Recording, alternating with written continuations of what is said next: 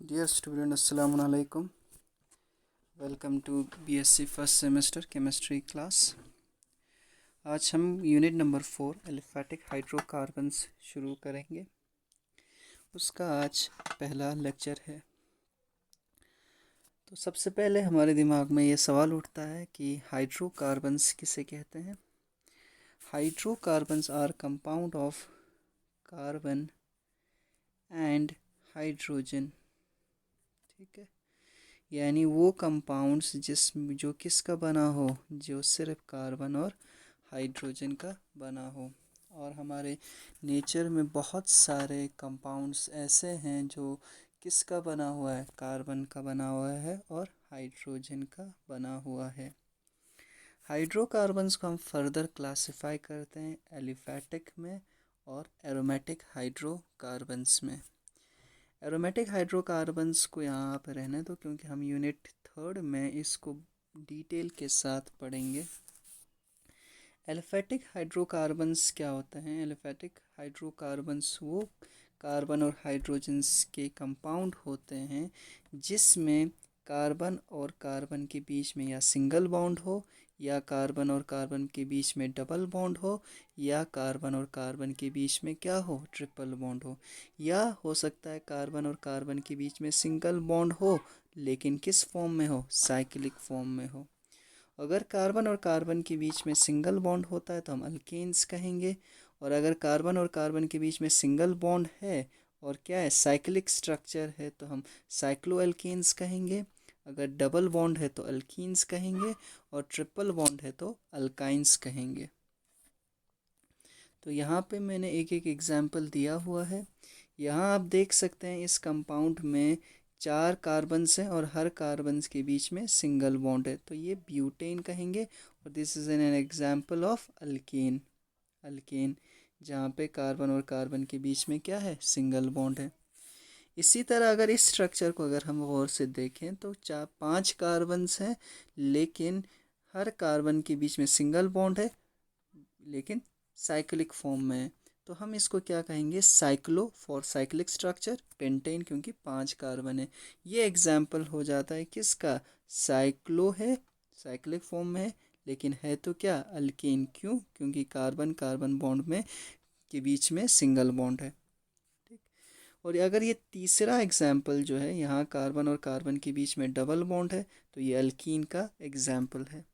और ये जो लास्ट ये वाला एग्जाम्पल है तो इसमें यहाँ कार्बन कार्बन के बीच में डबल बॉन्ड है जिसको हम क्या कहते हैं, इस कंपाउंड हम बेंजीन कहते हैं, लेकिन दीज आर एरोमेटिक हाइड्रोकार्बन्स। ये एलिफेटिक हाइड्रोकार्बन नहीं होता क्योंकि बेंजीन में कुछ ऐसी प्रॉपर्टीज़ होती हैं जो टोटली डिफरेंट होती है एलिफेटिक हाइड्रोकार्बन से, तो इसको हम अलग कैटेगरी में रखते हैं। तो हमारे सिलेबस की अगर बात की जाए तो एलिफेटिक हाइड्रोकार्बन्स में हमें 3 चीज़ें पढ़नी हैं। पहला चीज़ जो हमें पढ़ना है डिटेल में वो अल्कीन्स पढ़ने हैं। अल्कीन्स हमने कहा जहाँ कार्बन और कार्बन के बीच में क्या होगा, डबल बॉन्ड होगा। ठीक। फिर उसके बाद हमें पढ़नी है डाइन्स। डाइन्स आपको नाम से ही पता चल रहा है, ene for double bond and di means दो। वो कंपाउंड्स जिसमें कार्बन और कार्बन के बीच में क्या हो, डबल बॉन्ड हो लेकिन एक से ज़्यादा डबल बॉन्ड यानी 2 डबल बॉन्ड प्रेजेंट हो। और तीसरा हमें डिटेल में पढ़ना है अल्काइंस, यानी हमें अगर हम यूनिट 4 को सब डिवाइड करें तो 3 ब्रांचेस में, ब्रॉडर कैटेगरीज में हम डिवाइड कर सकते हैं। पहला है अल्कीन, दूसरा है डाइन्स और तीसरा है क्या, अल्काइंस। तो यहाँ पे मैंने पहले इंट्रोडक्टरी लेक्चर है तो अल्कीन के कुछ एग्जांपल्स दिए गए हैं। अल्कीन का जो जनरल फार्मूला है वो है CnH2n। देखो कार्बन और कार्बन के बीच में डबल बॉन्ड होगा अल्कीन में, तो दैट मीन्स एटलीस्ट कितने कार्बन होने चाहिए अल्कीन्स कंपाउंड में, 2 कार्बन होने चाहिए, यानी एक कार्बन का अल्कीन फॉर्म नहीं हो सकता। तो जो पहला मेंबर होगा अल्कीन फैमिली का वो कंपाउंड होगा जिसमें कितने कार्बन हो, 2 कार्बन। Cn यानी यहाँ n इजिकल टू क्या है, number of carbon, n equal to 2 है, तो H कितने होंगे, 2n। ये जनरल फार्मूला है अल्कीन्स का, तो 2n, 2 इंटू 2 4। ठीक, तो पहला जो अल्कीन फैमिली का जो पहला मेंबर होगा वो कौन होगा, ईथीन होगा, जहाँ 2 कार्बन्स होंगे और कार्बन के बीच में डबल बॉन्ड होगा। सेकंड है C3H6, फिर उसके बाद C4H6, इस तरह से आगे बढ़ता जाएगा। यहाँ कार्बन और कार्बन के बीच में डबल बॉन्ड है, कार्बन और कार्बन के बीच में डबल बॉन्ड है। एक का 2 कार्बन हो गया तो ईथीन, 3 हो गया तो प्रोपीन, 4 हो गया तो ब्यूटीन, 5 होगा तो पेंटीन, 6 होगा तो हेक्सीन, 7 होगा तो हेप्टीन, 1 होगा तो 8 होगा तो ऑक्टीन। इसी तरह हम आगे बढ़ेंगे। तो हमारे जो सिलेबस का जो पहला टॉपिक जो हमें डिस्कस करना है वो है स्ट्रक्चर ऑफ अल्कीन, यानी अल्कीन का क्या स्ट्रक्चर होता है, किस तरह से अल्कीन का स्ट्रक्चर होता है। तो हमें पता है कि अल्कीन में कार्बन और कार्बन के बीच में क्या होता है, डबल बॉन्ड होता है। ठीक है, तो अगर यहाँ देखा जाए तो कार्बन और कार्बन के बीच में डबल बॉन्ड तो होगा, लेकिन अगर कार्बन और कार्बन के बीच में डबल बॉन्ड है, 2 और ये बॉन्ड बनाएगा। ठीक है, क्योंकि टोटल कार्बन कितने बॉन्ड बनाता है, 4 बॉन्ड बनाता है।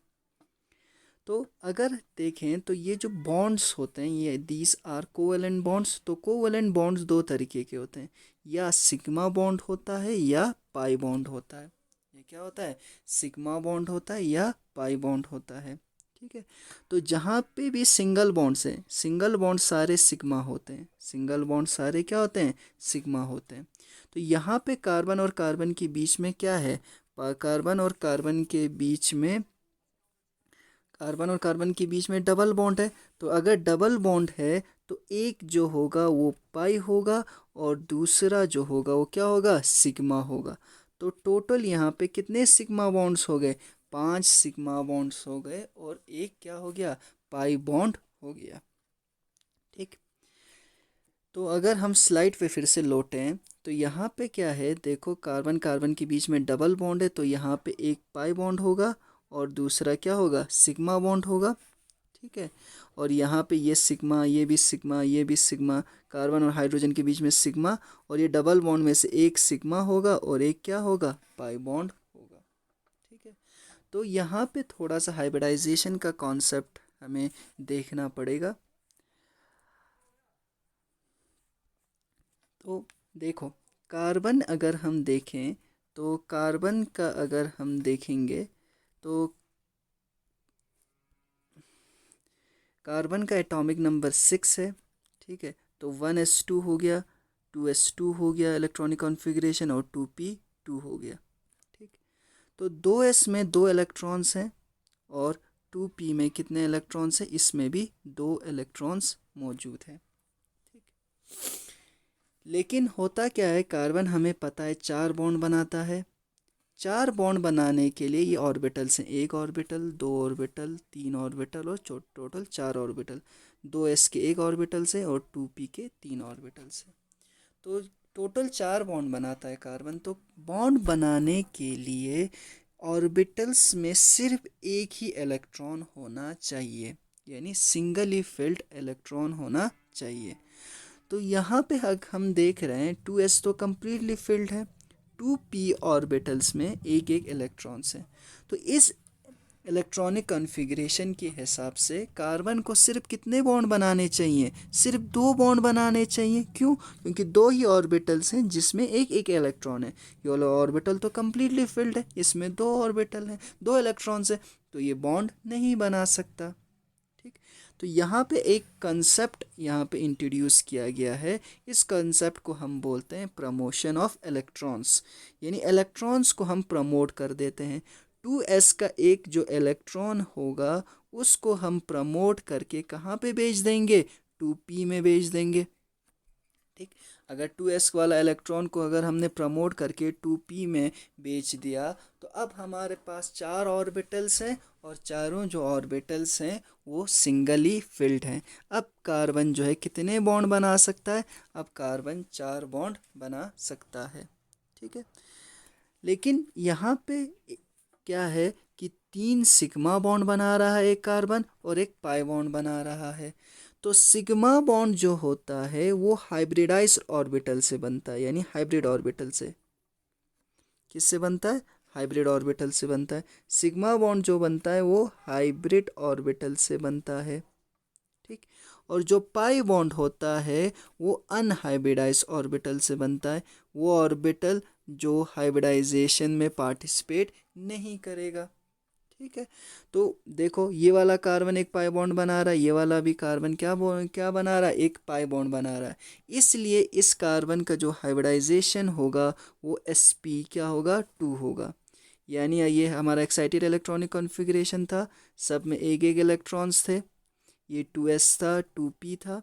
तो ये अंडरगो जाएगा sp2 हाइब्रिडाइजेशन, यानी एक s और 2p इंटरमिक्स होंगे और कितने हाइब्रिड ऑर्बिटल बनेंगे, 3 sp2 हाइब्रिड ऑर्बिटल बनेगा।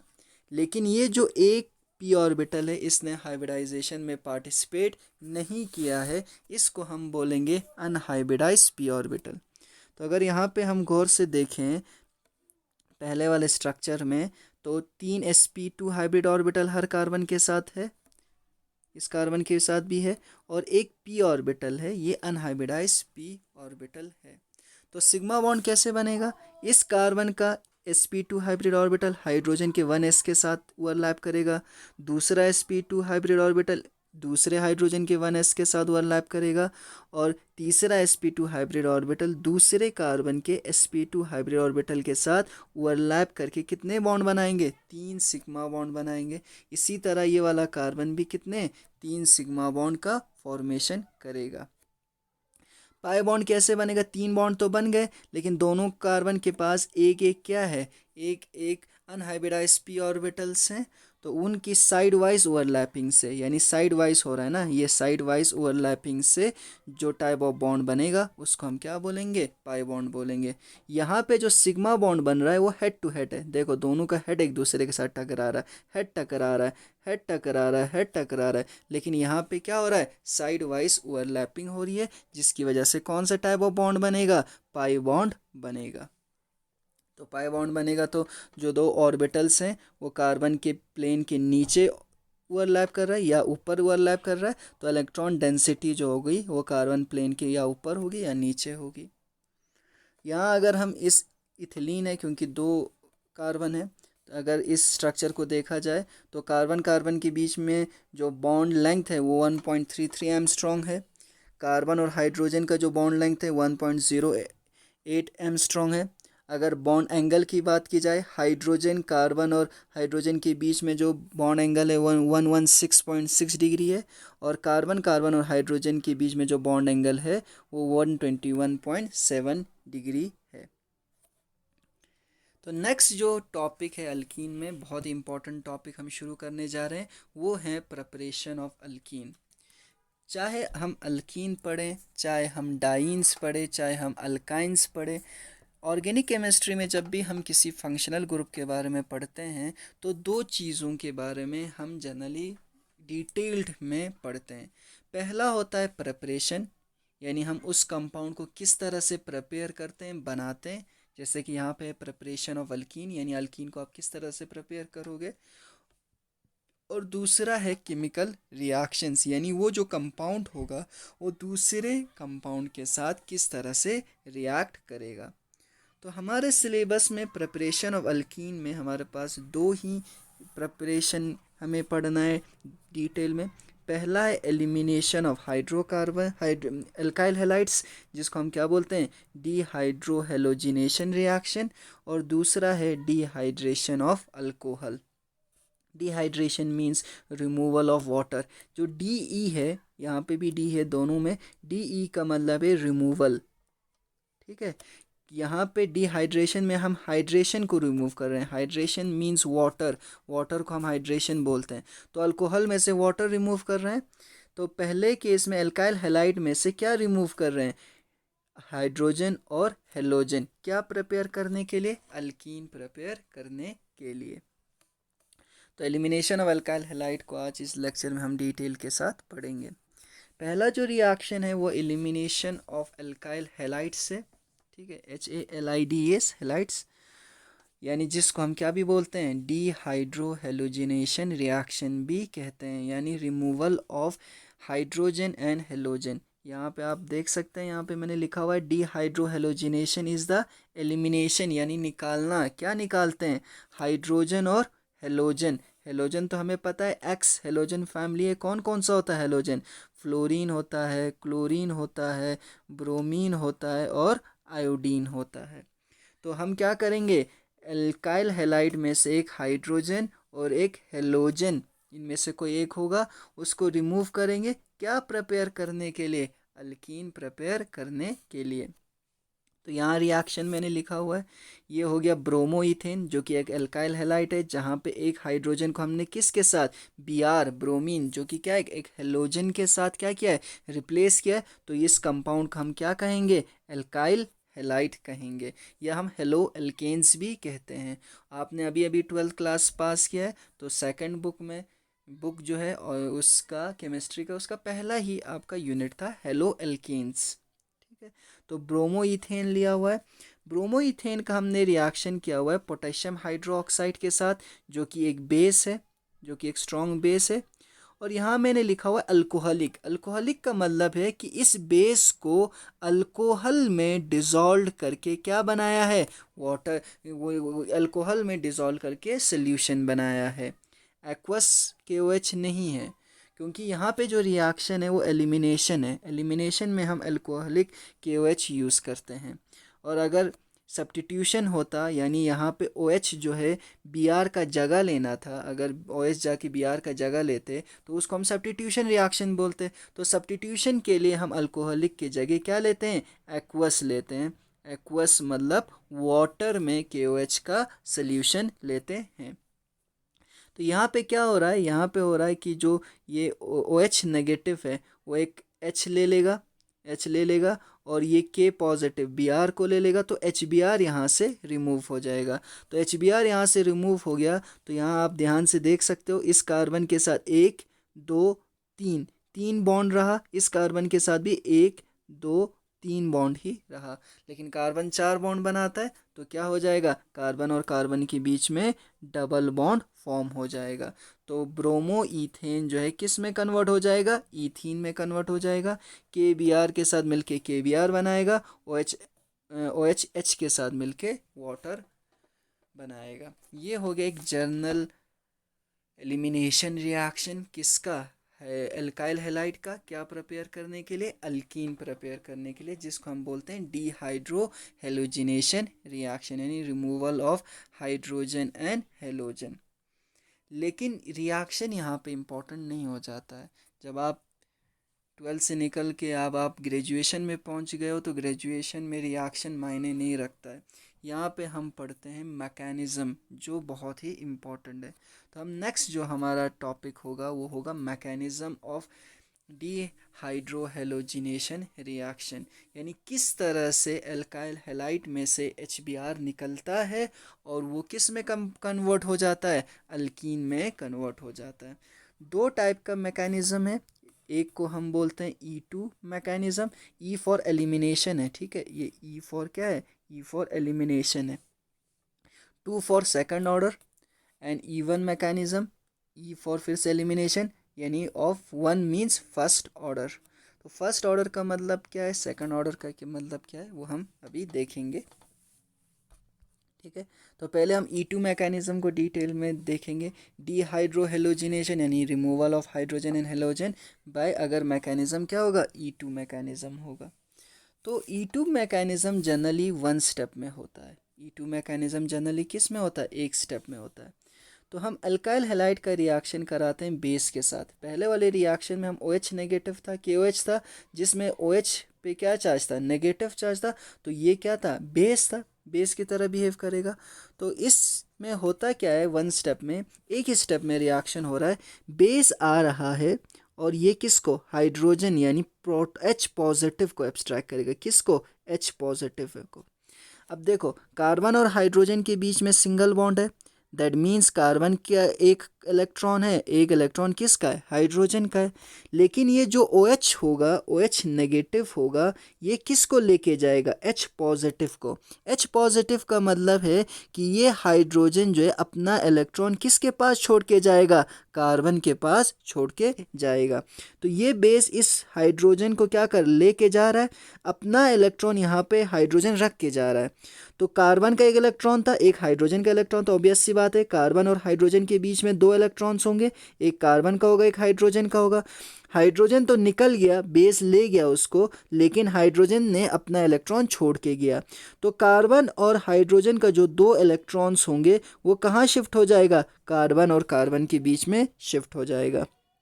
अब देखो, अब कार्बन और कार्बन के बीच में अगर ये शिफ्ट हो जाएगा तो कार्बन इस कार्बन के साथ 2 बॉन्ड बना रहा है, ये एक बॉन्ड बना रहा है, ये एक बॉन्ड बना रहा है, टोटल 4। तो x के साथ टोटल 5 बॉन्ड बना रहा है, जो कि पॉसिबल नहीं है। तो x जो है अपना इलेक्ट्रॉन और कार्बन का इलेक्ट्रॉन लेके x भी बाहर निकल जाएगा।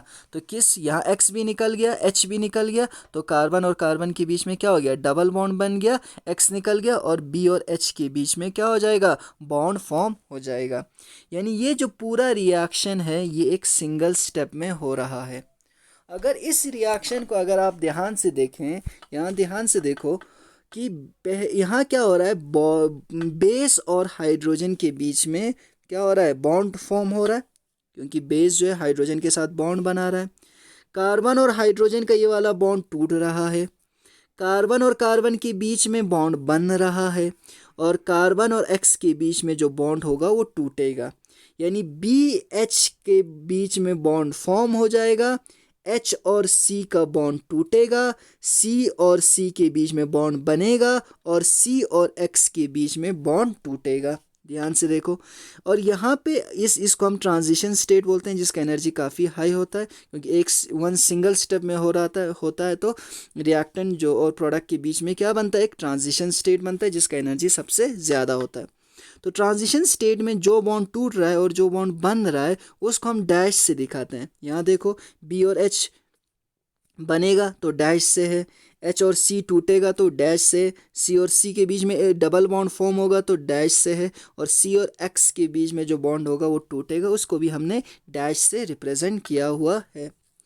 तो अगर यहाँ पे आप इस पहले लाइन को पढ़ें तो यहाँ लिखा हुआ E2 elimination take place by a concerted one step reaction. ठीक है, वन स्टेप रिएक्शन है, एक ही स्टेप में रिएक्शन हो रहा है, एल्काइल हैलाइड अल्कीन में कन्वर्ट हो रहा है, ये हमें पता चल गया। ये कंसर्टेड का मतलब क्या है, कंसर्टेड रिएक्शन वो रिएक्शन होते हैं जिसमें बॉन्ड मेकिंग, जो बॉन्ड बन रहा है BH और CC, और बॉन्ड ब्रेकिंग HC और CX, यानी bond making and breaking simultaneously हो, एक साथ ही बॉन्ड टूटे और एक ही साथ एक ही स्टेप में बॉन्ड अगर टूटे और फॉर्म भी हो, उस टाइप ऑफ मैकेनिज्म को हम कहते हैं कंसर्टेड मैकेनिज्म। यानी concerted mechanism are such mechanism in which bond making and bond breaking take place simultaneously, यानी बॉन्ड मेकिंग और ब्रेकिंग जो होगा वो साइमल्टेनियसली होगा। तो पहले बेस आएगा, प्रोटॉन एब्स्ट्रैक्ट करेगा, C और H का बॉन्ड जो इलेक्ट्रॉन जो है कार्बन और कार्बन के बीच में शिफ्ट हो जाएगा, और X जो है कार्बन और X के बीच में जो इलेक्ट्रॉन था वो लेके बाहर निकल जाएगा। ये सारी चीज़ें जो होंगी एक ही स्टेप में साइमल्टेनियसली एक ही साथ होगा, इसलिए हम इसको क्या बोलते हैं, कंसर्टेड मैकेनिज्म कहते हैं। एग्जाम्पल दिया हुआ है, बेस आया OH, H positive proton, H positive को हम क्या बोलते हैं, प्रोटॉन। बहुत इंपॉर्टेंट है, याद रखना है, शाबाश, क्योंकि अब हम प्रोटॉन ही बोलेंगे। प्रोटॉन को एब्स्ट्रैक्ट करेंगे तो कार्बन और हाइड्रोजन के दोनों इलेक्ट्रॉन्स रह गए, तो दोनों इलेक्ट्रॉन्स कार्बन और कार्बन के बीच में शिफ्ट होगा, इस कार्बन के 5 बॉन्ड हो गए जो कि पॉसिबल नहीं है, तो ब्रोमीन अपना और कार्बन का इलेक्ट्रॉन लेके बाहर चला जाएगा। तो Br नेगेटिव निकल गया, Na के साथ मिलके NaBr बनाएगा, और OH H के साथ मिलके क्या बनाएगा, वाटर का फॉर्मेशन करेगा। अब यहाँ देखो, ये जो पूरी रिएक्शन जो हो रही है वो सिंगल स्टेप में हो रहा है, एक ही स्टेप में हो रहा है, यानी बेस और एल्काइल हैलाइड एक दूसरे के साथ रिएक्ट करके क्या बना रहा है, अल्कीन बना रहा है।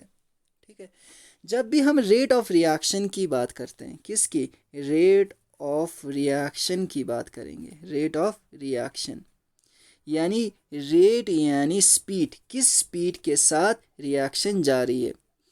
तो रेट जनरली किस पे डिपेंड करता है, रेट जनरली डिपेंड करता है कंसंट्रेशन ऑफ द रिएक्टेंट पे, किस पे, रिएक्टेंट के कंसंट्रेशन पे। ठीक, तो यहाँ देखें तो हमारे पास सिंगल स्टेप में हो रहा है, तो कितने रिएक्टेंट्स हैं हमारे पास, दो रिएक्टेंट है, एक हमारा बेस है, दूसरा हमारा एल्काइल हैलाइड है।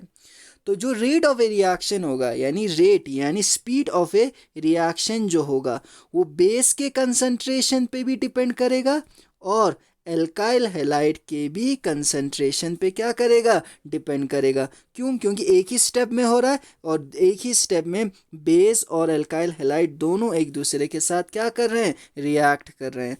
तो कितने रिएक्टेंट्स हो गए, दो रिएक्टेंट्स हो गए, इसलिए हम क्या बोलेंगे, E2 मैकेनिज्म यानी एलिमिनेशन ऑफ सेकंड ऑर्डर। ठीक है, सेकंड ऑर्डर, क्यों, क्योंकि रेट ऑफ रिएक्शन बेस के भी कंसंट्रेशन पे डिपेंड करेगा और एल्काइल हैलाइड के भी कंसंट्रेशन पे डिपेंड करेगा। अब एक सवाल उठता है कि कंसंट्रेशन पे डिपेंड होने का मतलब क्या है। कंसंट्रेशन पे डिपेंड होने का मतलब ये है कि अगर आप बेस का क्या करोगे, कंसंट्रेशन इंक्रीज या डिक्रीज करोगे, बेस का कंसंट्रेशन इंक्रीज या डिक्रीज करोगे, तो रेट ऑफ ए रिएक्शन यानी speed of A reaction base का इंक्रीज करने पे इंक्रीज होगा और डिक्रीज करने पे डिक्रीज हो जाएगा। ठीक है, और अगर इसी तरह एल्काइल हैलाइड का कंसंट्रेशन अगर आप इंक्रीज करोगे तो रेट इंक्रीज हो जाएगा, अगर डिक्रीज करोगे तो डिक्रीज हो जाएगा। इस यही है कि जो रेट ऑफ ए रिएक्शन यानी स्पीड ऑफ ए रिएक्शन जो है किस पे डिपेंड कर रहा है, concentration of both base and alkyl halide, यानी बेस और एल्काइल हैलाइड दोनों की कंसंट्रेशन को अगर आप वैरी करोगे तो रेट भी उसी हिसाब से चेंज हो जाएगा। ठीक है, तभी हम बोलते हैं E2 मैकेनिज्म यानी एलिमिनेशन ऑफ सेकंड ऑर्डर। अब हम देखेंगे elimination of first order E1 mechanism के साथ क्या हो रहा है, डीहाइड्रो हेलोजिनेशन हो रहा है यानी removal of hydrogen and halogen, mechanism दूसरा है। तो E1 जो है 2 स्टेप्स में होगा, E1 जो है कितने स्टेप्स में होंगे, 2 स्टेप्स में। पहले स्टेप में क्या होगा, पहले स्टेप में जो हमारे पास एल्काइल हैलाइड है CH3Br अगर हम कह सकते हैं, तो पहले स्टेप में क्या होगा, आयनाइजेशन होगा, यानी जो कार्बन और ब्रोमीन के बीच में जो दो इलेक्ट्रॉन्स था वो दोनों किस पे शिफ्ट हो जाएगा, ब्रोमीन पे शिफ्ट हो जाएगा। तो कार्बन 3 हाइड्रोजन के साथ तो जुड़ा हुआ है, लेकिन इसने अपना इलेक्ट्रॉन किसको दे दिया, ब्रोमीन को, तो ब्रोमीन पे क्या चार्ज आएगा, नेगेटिव चार्ज, और कार्बन पे क्या चार्ज आ जाएगा, पॉजिटिव चार्ज। तो कार्बन पे जब पॉजिटिव चार्ज होता है तो उसको हम क्या बोलते हैं, कार्बोकेटाइन कहते हैं। क्या कहते हैं, कार्बोकेटाइन। यानी पहले स्टेप में किस चीज़ का फॉर्मेशन हो जाएगा, कार्बोकेटाइन का फॉर्मेशन हो जाएगा। देखो CH3 है, C है, CH3 है, CH3 है, ठीक है, तो इसके साथ क्या जुड़ा हुआ था, Br, तो ये दोनों बॉन्ड किस पे शिफ्ट हो गए, ब्रोमीन पे शिफ्ट हो गए। तो ब्रोमीन पे शिफ्ट हो गए तो ये किस पे कन्वर्ट हो गया, Br नेगेटिव में। तो Br नेगेटिव में कन्वर्ट हो गया तो अब कार्बन पे क्या चार्ज आ जाएगा, कार्बन पे अब पॉजिटिव चार्ज आ जाएगा। पहले स्टेप में क्या बनेगा, कार्बोकेटाइन प्लस Br नेगेटिव, यानी ब्रोमाइड आयन जो है वो क्या हो जाएगा, रिलीज हो जाएगा। ठीक है, ठीक, ये फर्स्ट स्टेप होगा फॉर्मेशन ऑफ कार्बोकेटाइन, यानी एल्काइल हैलाइड डिसोसिएट होगा, टूटेगा किस में, कार्बोकेटाइन में और Br नेगेटिव में। ठीक है, ब्रोमाइड आयन में। अब सेकंड स्टेप में क्या होगा, देखो Br तो निकल गया तो एक H भी निकलना चाहिए। तो सेकंड स्टेप में क्या होगा, सेकंड स्टेप में ये जो बेस है, इस केस में बेस वाटर है, आएगा और प्रोटॉन एब्स्ट्रैक्ट करेगा। क्या एब्स्ट्रैक्ट करेगा, यानी CH2H है ना यहाँ पे CH2H, तो बेस जो है क्या एब्स्ट्रैक्ट करेगा, प्रोटॉन, यानी सिर्फ H पॉजिटिव। तो ये जो कार्बन और हाइड्रोजन के बीच में दो इलेक्ट्रॉन था वो कहाँ शिफ्ट हो जाएगा, कार्बन कार्बन के बीच में। तो ये देखो यहाँ दो इलेक्ट्रॉन्स था, एक कार्बन कार्बन का अपने पास रह गया, हाइड्रोजन जो इलेक्ट्रॉन छोड़ के गया था वो किसके पास चला जाएगा, उस कार्बन के पास जिस पे पॉजिटिव चार्ज है। तो उसने एक इलेक्ट्रॉन गेन कर लिया ठीक है, तो अब उसकी वैलेंसी सेटिस्फाई हो गई, तो कार्बन और कार्बन के बीच में क्या आ जाएगा, डबल बॉन्ड आ जाएगा, तो अल्कीन का फॉर्मेशन हो गया। तो अगर हम इस रिएक्शन को देखें तो ये रिएक्शन 2 स्टेप्स में हो रही है। पहला स्टेप स्लो स्टेप है और सेकंड स्टेप जो है फास्ट स्टेप है। तो अगर इस केस में अगर हम रेट की बात करें तो रेट ऑफ ए रिएक्शन जो है हमेशा स्लो स्टेप पे डिपेंड करता है। जहाँ पे भी अगर रिएक्शन एक से ज़्यादा स्टेप में हो, जैसे कि यहाँ पे हो रहा है 2 स्टेप्स में हो रहा है, तो वहाँ रेट यानी स्पीड जो है किस पे डिपेंड करता है, स्लो स्टेप पे। तो स्लो स्टेप ही हमारा आरडीएस होता है। आरडीएस का मतलब है रेट डिटरमाइनिंग स्टेप, वो स्टेप जो रेट को डिसाइड करेगा, स्पीड ऑफ ए रिएक्शन को डिसाइड करेगा। स्लो स्टेप कौन सा है, हमारा ये वाला स्लो स्टेप है, जिसमें एल्काइल हैलाइड किस में कन्वर्ट हो रहा है, कार्बोकेटाइन और ब्रोमाइड आयन में। तो इसमें इस स्लो स्टेप में कहीं से भी बेस इन्वॉल्व नहीं है, क्योंकि बेस जो है वो किस में इन्वॉल्व है, सेकंड और फास्ट स्टेप में इन्वॉल्व है। तो E2 इस टाइप ऑफ मैकेनिज्म में जो रेट होगा वो सिर्फ किस पे डिपेंड करेगा, सिर्फ कंसंट्रेशन ऑफ एल्काइल हैलाइड पे ही डिपेंड करेगा, बेस पे डिपेंड, बेस के कंसंट्रेशन पे डिपेंड नहीं करेगा। क्यों, क्योंकि फर्स्ट और स्लो स्टेप में बेस इन्वॉल्व नहीं है। बेस जो है किस स्टेप में इन्वॉल्व है, सेकंड और फास्ट स्टेप में। तो फर्स्ट स्टेप में सिर्फ एल्काइल हैलाइड है, रिएक्टेंट हमारा क्या है, सिर्फ एल्काइल हैलाइड। तो रेट ऑफ ए रिएक्शन जो है सिर्फ किस पे डिपेंड करेगा, एल्काइल हैलाइड के कंसंट्रेशन पे डिपेंड करेगा। इसलिए हम कहते हैं E1 मैकेनिज्म। क्या कहते हैं, E1 mechanism, elimination of first order. क्यों, क्योंकि सिर्फ एल्काइल हैलाइड के कंसंट्रेशन पे डिपेंड करेगा। यानी एल्काइल हैलाइड का कंसंट्रेशन इंक्रीज या डिक्रीज करने से रेट भी इंक्रीज या डिक्रीज होगा। लेकिन बेस की कंसंट्रेशन को चाहे आप इंक्रीज करो चाहे डिक्रीज करो, रेट ऑफ ए रिएक्शन पे कोई भी असर नहीं होगा। यानी बेस चाहे आप इंक्रीज करो चाहे डिक्रीज करो, रेट ऑफ ए रिएक्शन पे कोई असर नहीं होगा। ठीक, क्यों, क्योंकि rate of A reaction base के कंसंट्रेशन पे डिपेंड नहीं करता। अब एक इम्पॉर्टेंट एस्पेक्ट हो जाता है डिहाइड्रोहेलोजिनेशन का, वो है सेट्सफ या हॉफमैन रूल। तो ये बहुत इंपॉर्टेंट है। देखो देखो यहाँ पे बेस जो है वो इथॉक्साइड है, इथॉक्साइड आयन है। तो यहाँ अगर देखें तो अगर मैं इसको थोड़ी देर के लिए देखूं, कार्बन है, कार्बन के साथ क्या जुड़ा हुआ है, Br जुड़ा हुआ है। तो इस ब्रोमीन को तो बाहर निकलना ही निकलना है। अगर इस कार्बन के साथ 2 और कार्बन जुड़ा है और इसके साथ हाइड्रोजन, इसके साथ भी हाइड्रोजन जुड़ा हुआ है, जनरली जिस कार्बन के साथ Br जुड़ा होता है वो Br बाहर जाता है, और उस कार्बन का जो एडजेसेंट कार्बन होगा, एडजेसेंट कार्बन ये भी है, एडजेसेंट कार्बन ये भी है, तो एडजेसेंट कार्बन से भी क्या जाता है, H जाता है। तो ये H नंबर 1 भी जा सकता है, H नंबर 2 भी बाहर निकल के जा सकता है। अगर H नंबर 1 जाएगा तो यहाँ डबल बॉन्ड फॉर्म हो जाएगा, और अगर H नंबर 2 जाएगा तो यहाँ पे भी क्या होगा, डबल बॉन्ड फॉर्म होगा। तो यहाँ देखो कार्बन के साथ ब्रोमीन जुड़ा हुआ है, एक हाइड्रोजन को मैंने ब्लू कलर से मार्क किया हुआ है, दूसरा क्या है, ग्रीन। तो Br तो बाहर निकलेगा ही निकलेगा। डिहाइड्रोहेलोजिनेशन में हेलोजन जो है वो Br है, हाइड्रोजन भी निकलना है। हाइड्रोजन जो है ग्रीन वाला भी निकल सकता है और ब्लू वाला भी निकल सकता है। थोड़ी देर के लिए मान लेते हैं पहले कि ब्लू वाला बाहर निकल गया, तो ब्लू वाला बाहर निकल गया, ठीक है, और Br भी निकल गया।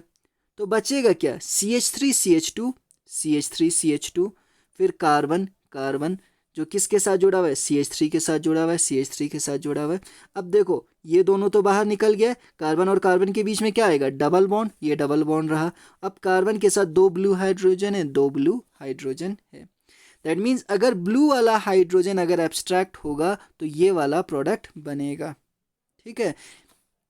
इसी तरह अगर देखें, अगर ग्रीन वाला बाहर निकल जाता है तो ग्रीन वाला और ब्रोमीन अगर बाहर निकल जाता है तो क्या होगा, क्या बचा, CH3, CH3 किसके साथ जुड़ा है, कार्बन के साथ, कार्बन जो एक ग्रीन हाइड्रोजन के साथ, ग्रीन हाइड्रोजन के साथ। अब कार्बन और कार्बन के बीच में क्या होगा, डबल बॉन्ड, क्योंकि इस कार्बन से ब्रोमीन, इस कार्बन से क्या जा चुका है, हाइड्रोजन, ये डबल बॉन्ड रहा। अब ये वाला कार्बन के साथ एक CH3, एक CH3, और इस कार्बन के साथ एक CH3 जिसमें सारे ब्लू हाइड्रोजन से, एक CH3 जिसमें सारे ब्लू हाइड्रोजन से। तो अगर ग्रीन वाला हाइड्रोजन जाएगा तो ये वाला कार्बन, ये वाला जो अल्कीन होगा वो बनेगा। तो यहाँ पे कितने अल्कीन्स बन रहे हैं, टोटल 2 अल्कीन्स बन सकते हैं, एक ग्रीन वाले हाइड्रोजन के बाहर निकलने से, एक ब्लू वाला हाइड्रोजन के बाहर निकलने से। जहाँ पे भी जिस रिएक्शन में भी एक से ज़्यादा प्रोडक्ट बनता है, यानी 2 बनते हैं, तो वहाँ पे एक मेजर प्रोडक्ट होता है, एक माइनर प्रोडक्ट होता है। यानी मेजर प्रोडक्ट जो ज़्यादा क्वांटिटी में बनेगा और माइनर प्रोडक्ट जो कम क्वांटिटी में बनेगा। ठीक है, तो सेट्सेव रूल के अकॉर्डिंग सेट्सेव क्या कहता है, सेट्सेव ये कहता है कि एलिमिनेशन रिएक्शन में अल्कीन में जितना भी सब्स्टिट्यूशन ज़्यादा होगा, मोर सब्स्टिट्यूटेड अल्कीन, यानी जितना सब्स्टिट्यूशन अल्कीन में ज़्यादा है वही वाला जो प्रोडक्ट होगा हमारा क्या होगा, मेजर प्रोडक्ट होगा। क्यों, क्योंकि जितना अल्कीन के कार्बन कार्बन डबल बॉन्ड पे जितना भी सब्स्टिट्यूशन ज़्यादा होता है वो अल्कीन उतना ही ज़्यादा स्टेबल होता है। यहाँ देखें, कार्बन कार्बन डबल बॉन्ड पे 4 सब्स्टिट्यूशन है, यहाँ पे 3 सब्स्टिट्यूशन है और एक हाइड्रोजन है, यहाँ पे 2 सब्स्टिट्यूशन है और 2 हाइड्रोजन है, और यहाँ पे एक ही सब्स्टिट्यूशन है और 3 हाइड्रोजन है। तो सेट्सेव क्या कहता है, जो कार्बन डबल डबल बॉन्ड जितना ज़्यादा सब्स्टिट्यूटेड होगा उतना ही वो ज़्यादा स्टेबल होगा और वही हमारा मेजर प्रोडक्ट होगा। देखो, ग्रीन के एलिमिनेशन से ये वाला प्रोडक्ट बना था। अगर यहाँ देखें, कार्बन कार्बन डबल बॉन्ड पे एक सब्स्टिट्यूशन, 2 सब्स्टिट्यूशन और 3 सब्स्टिट्यूशन है और एक हाइड्रोजन है। इसी तरह इस प्रोडक्ट में देखें, कार्बन कार्बन डबल बॉन्ड पे एक सब्स्टिट्यूशन और 2 ही सब्स्टिट्यूशन है, 1 एंड 2, और 2 क्या है, हाइड्रोजन है। यहाँ अगर हम देखें तो 3 सब्स्टिट्यूशन है। तो सेट्सेव क्या कह रहा है, मेजर प्रोडक्ट कौन सा होगा, जो मोर सब्स्टिट्यूटेड अल्कीन होगा। मोर सब्स्टिट्यूटेड अल्कीन ये वाला है जो किस से बना था, ग्रीन कलर के हाइड्रोजन के बाहर निकलने से। तो यही हमारा सेट्सेव प्रोडक्ट होगा, मेजर प्रोडक्ट होगा। इसमें सब्स्टिट्यूशन कम है तो यहाँ कार्बन कार्बन डबल बॉन्ड पे, तो ये हमारा क्या होगा, माइनर प्रोडक्ट होगा। This will be major product, ये हमारा माइनर प्रोडक्ट होगा। 29% और 71%, क्योंकि यहाँ पे देखो 3 सब्स्टिट्यूशन है ना बेटा कार्बन कार्बन डबल बॉन्ड पे, और यहाँ पे सिर्फ कितना है, 2 substitution carbon carbon double bond पे देखना है। और जितना कार्बन कार्बन डबल बॉन्ड पे सब्स्टिट्यूशन ज़्यादा होता है वो अल्कीन उतना ही ज़्यादा स्टेबल होता है, इसलिए मेजर प्रोडक्ट बनता है। ठीक है, तो मोर सब्स्टिट्यूटेड प्रोडक्ट हमारा सेट्सेव प्रोडक्ट हो गया, और लेस सब्स्टिट्यूटेड जो अल्कीन हो गया वो हमारा हॉफमैन प्रोडक्ट हो गया। तो हॉफमैन प्रोडक्ट कब बनेगा, किस कंडीशन में बनेगा, सेट्सेव या हॉफमैन रूल। अब Hofmann rule states that if we treat alkyl halide with a strong bulky base, यानी अगर आप एल्काइल हैलाइड को एक बल्की, एक बड़े बेस के साथ क्या करोगे, रिएक्ट करोगे, तो लेस सब्स्टिट्यूटेड अल्कीन वाला मेजर प्रोडक्ट होगा। देखो ये लेस सब्स्टिट्यूटेड है क्योंकि 2 सब्स्टिट्यूशन है, यहाँ पे कितने सब्स्टिट्यूशन है, 3, तो लेस सब्स्टिट्यूटेड वाला क्या है, मेजर है। देखो ना, क्योंकि 72% बन रहा है और मोर सब्स्टिट्यूटेड वाला सिर्फ 28% बन रहा है, यानी लेस सब्स्टिट्यूटेड वाला मेजर प्रोडक्ट है, उसको हम क्या बोलेंगे, हॉफमैन्स रूल बोलेंगे। ये कब बनेगा, जब आपका जो बेस होगा, जो बेस आप यूज़ कर रहे हो वो बल्की है यानी बड़ा है। तो इस केस में जो बेस है वो टर्शियरी ब्यूटाऑक्साइड है। अगर टर्शियरी ब्यूटाऑक्साइड का अगर मैं स्ट्रक्चर बनाऊँ तो इस तरह से होगा टर्शियरी ब्यूटाऑक्साइड। फिर आप खुद से अंदाज़ा लगा सकते हो कि कितना बल्की बेस है।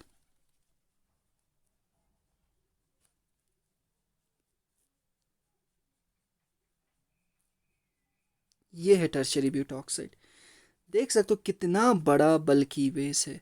तो अगर इतना बड़ा बल्की बेस अगर आप यूज़ करोगे तो इस केस में जो क्या होगा, इस केस में लेस सब्स्टिट्यूटेड अल्कीन जो होगा वो मेजर प्रोडक्ट होगा। क्यों होगा, बेस ऑलरेडी बल्की है। अगर इस साइड से जाएगा किसको एब्स्ट्रैक्ट करने के लिए, ग्रीन वाले को, जिससे ये वाला प्रोडक्ट बनता है, ग्रीन वाले को एब्स्ट्रैक्ट करने जाएगा तो ये CH3 जो है इस बल्की बेस को रोकेगा, एक हिंड्रेंस पैदा करेगा, यानी एक रुकावट पैदा करेगा, जिसको हम बोलते हैं steric hindrance. Steric means space, space में ये CH3 जो है इस बल्कि बड़े जो बेस को एक रुकावट देगा, यानी स्टीरिक हिंड्रेंस पैदा करेगा, जिसकी वजह से ये आसानी से यहाँ इस तरफ से अप्रोच नहीं कर पाएगा और इस हाइड्रोजन को, ग्रीन वाले हाइड्रोजन को बाहर निकाल नहीं पाएगा। अगर दूसरी तरफ से देखें, अगर ये ब्लू हाइड्रोजन को निकालने जाए तो यहाँ पे सिर्फ हाइड्रोजन प्रेजेंट है, तो हाइड्रोजन का साइज बहुत ही छोटा होता है, तो वो उतना हिंड्रेंस या रुकावट पैदा नहीं करेगा बल्कि बेस के लिए जितना ये CH3 करेगा, क्योंकि CH3 कार्बन बहुत ही बड़ा होता है, उसके साथ 3 हाइड्रोजन्स हैं, तो ये काफ़ी बड़ा ग्रुप हो गया जो इस ऑलरेडी बल्कि बेस के लिए क्या होगा, एक हिंड्रेंस की तरह स्पेस में क्या करेगा, काम करेगा, जिसकी वजह से ये जो बेस होगा ये वाला प्रोटॉन उतनी आसानी से एब्स्ट्रैक्ट या बाहर नहीं निकाल पाएगा ग्रीन वाले को, जितनी आसानी से ये किसको कर पाएगा, H वाले को, क्योंकि H वाले को कोई यहाँ पे रुकावट हिंड्रेंस नहीं है, क्योंकि हाइड्रोजन बहुत ही स्मॉल ग्रुप है। ठीक, यहाँ से CH3 एक बड़ा ग्रुप है जो इस बल्की बेस को क्या करेगा, रोकेगा, हिंड्रेंस पैदा करेगा इसके पाथ में, समझो, जिसकी वजह से ये वाला ग्रीन वाला प्रोटॉन एब्स्ट्रैक्ट करना उतना आसान नहीं होगा जितना आसान ब्लू वाला हाइड्रोजन एब्स्ट्रैक्ट करना होगा या निकालना होगा। तो क्या करेगा, जो प्रोटॉन या जो हाइड्रोजन निकालने के लिए आसान हो बेस वही बाहर निकालेगा। ठीक है, तो ये ज़्यादा किसको बाहर निकालेगा, ब्लू वाले को, क्योंकि यहाँ हिंड्रेंस कम है, और ये ग्रीन वाले को कम निकालेगा क्योंकि यहाँ पे हिंड्रेंस ज़्यादा है। इसलिए ग्रीन वाले से जो मोर सब्स्टिट्यूटेड अल्कीन बना है वो उसका परसेंटेज कम बनेगा, और ब्लू वाले से जो लेस सब्स्टिट्यूटेड अल्कीन बना है उसका परसेंटेज जो होगा वो ज़्यादा होगा, और यही हमारा क्या होगा, मेजर प्रोडक्ट होगा। यानी सेटसेफ में more substituted alkene major product because more stable होता है। ठीक, लेकिन अगर आप बल्की बेस लोगे तो लेस सब्स्टिट्यूटेड अल्कीन जो होगा वो मेजर प्रोडक्ट होगा। लेस सब्स्टिट्यूटेड अल्कीन क्या होगा, मेजर प्रोडक्ट होगा, जिसको हम क्या बोलेंगे, हॉफमैन्स रूल कहेंगे। Thank you very much. जो सेकंड मेथड ऑफ प्रिपरेशन है डिहाइड्रेशन ऑफ अल्कोहल वो हम कल पढ़ेंगे इंशाल्लाह।